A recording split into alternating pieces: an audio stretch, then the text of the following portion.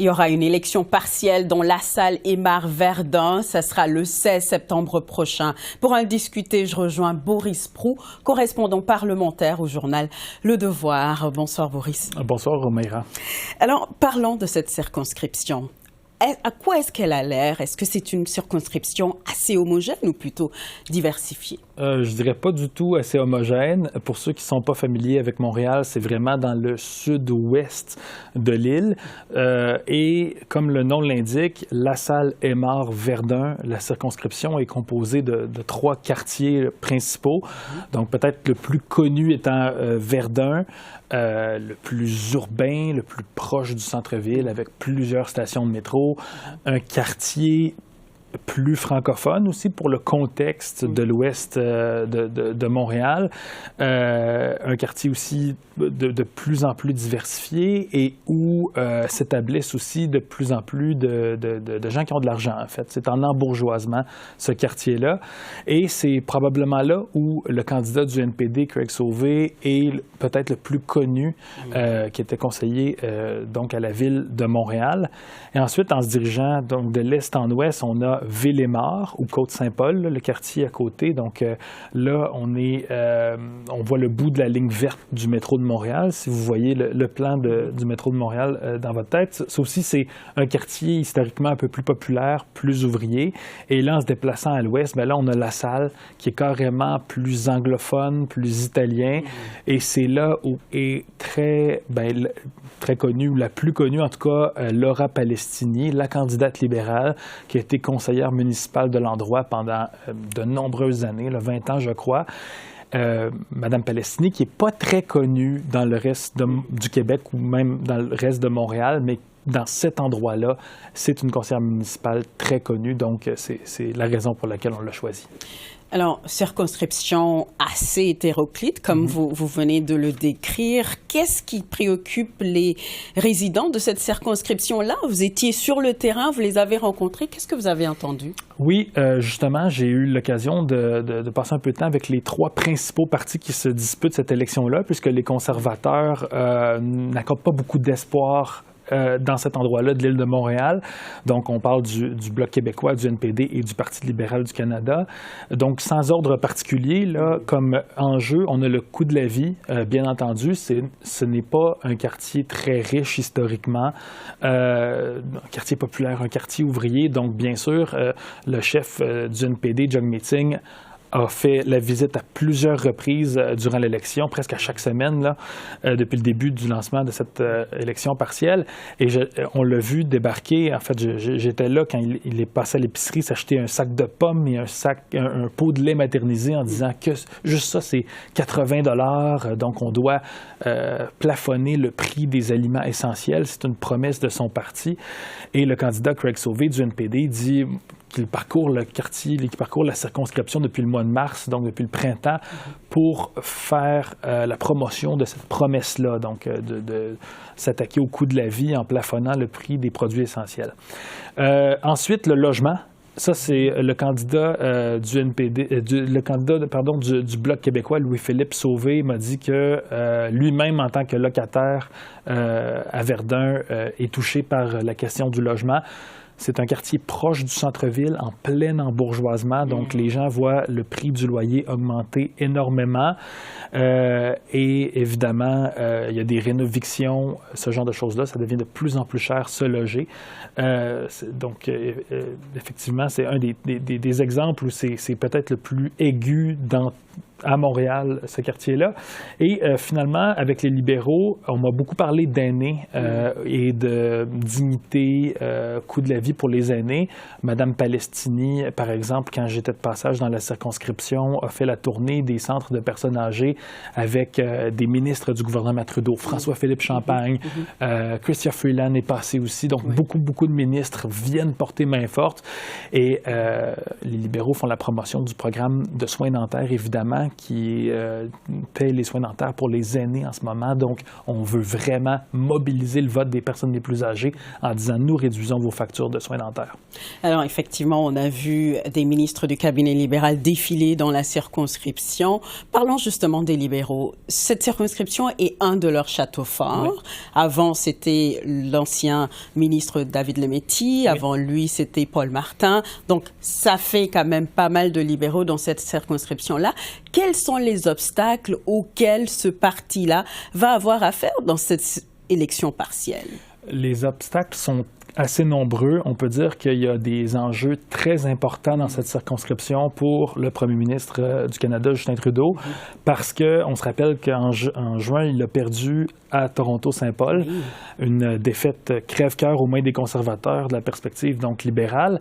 Ça a été un coup dur pour les libéraux. Et là, on regarde un autre château fort du côté de Montréal. Donc, on veut, du côté libéral, absolument garder ce château fort parce que c'est un petit peu, les experts à qui je parle me disent, c'est un peu comme le baromètre de tous les autres bastions libéraux de Montréal. On va voir la popularité de Justin Trudeau dès lundi prochain, cette élection partielle dans la salle Aymar-Verdun. Mais pour répondre à votre question, oui, les difficultés sont assez nombreuses. On sent l'usure du pouvoir. En 9 ans et quelques, évidemment, les citoyens ont un peu, tout un chacun, eu le temps de trouver un point d'insatisfaction envers le gouvernement fédéral. Donc, c'est un peu ça, l'usure du pouvoir. J'ai rencontré des électeurs qui me disent je vais voter pour le candidat qui a le plus de chances de battre les libéraux parce que je veux envoyer un signal que c'est le temps de changer de chef. Bien sûr, M. Trudeau est assez impopulaire, les sondages le montrent. Le chef libéral a fait un pari assez audacieux en choisissant Laura Palestini sans investiture, sans assemblée d'investiture où, en temps normal, les militants libéraux peuvent choisir eux-mêmes leur candidat. Cette fois-ci, en tant que chef du parti, il a décidé non, je vais choisir Mme Palestini, cette conseillère municipale qui est bien connue donc du côté plus de LaSalle, en espérant évidemment que ça va lui donner des résultats, mais il reste à voir, est-ce que ça va avoir un impact sur les bénévoles libéraux, sur les militants de la circonscription? On sait que les libéraux comptent beaucoup sur la machine libérale, donc pour faire des téléphones, pour aller faire sortir le vote.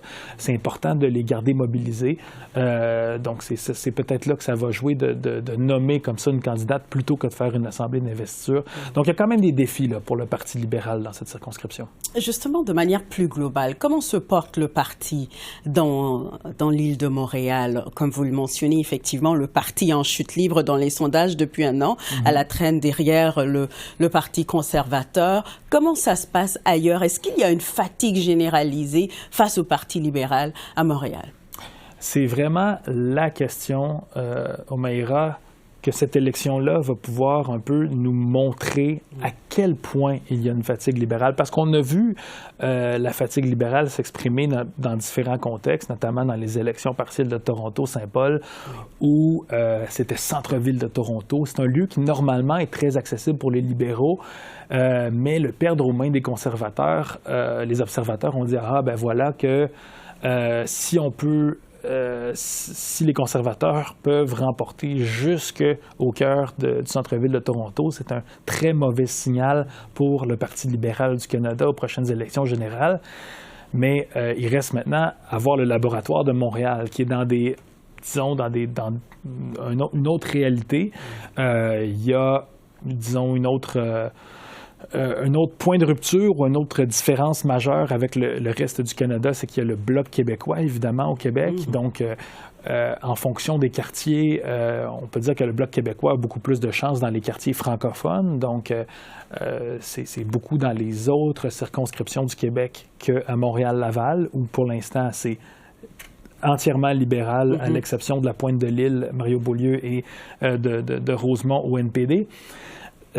Donc, qu'en est-il de ce château fort libéral qui est vraiment très fort à Montréal Ben Verdun, Lassalle est mort Verdun, et vous l'avez mentionné, c'était l'ancien ministre de la Justice, David Lametti, l'ancien premier ministre du Canada, Paul Martin. Bon, il y a eu un redécoupage, mais une partie de cette circonscription-là était sa circonscription durant de nombreuses années.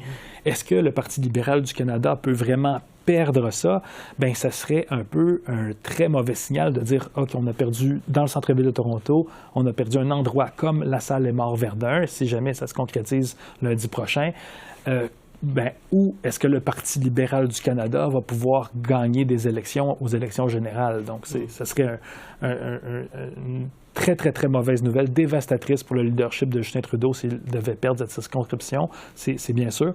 Mais je dois quand même dire que les libéraux sont assez confiants en ce moment de la remporter avec leur candidate Laura Palestini, même si les sondages placent le NPD et le Bloc québécois comme étant compétitifs, une possible course à 3.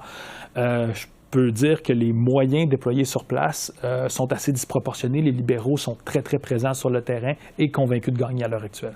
Alors justement, vous mentionnez les autres partis. Quelles sont leurs stratégies là, pour remporter cette élection partielle?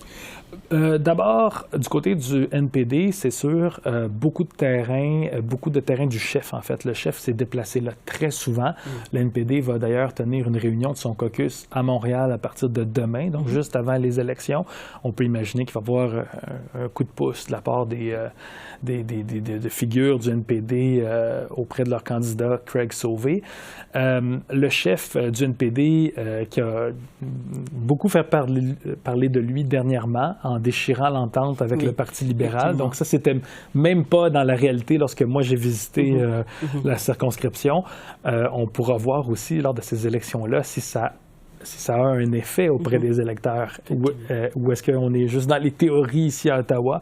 Le vrai test, on le dit souvent, c'est le jour des élections. On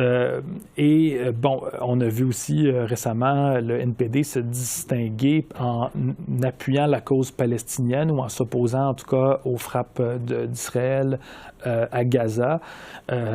C'est un sujet très chaud, un sujet évidemment, il y a beaucoup de divisions, mais c'est sûr et certain que cette question-là de politique étrangère rattrape les libéraux. Il y a beaucoup d'insatisfaits dans ce quartier-là, très diversifié de la politique étrangère canadienne.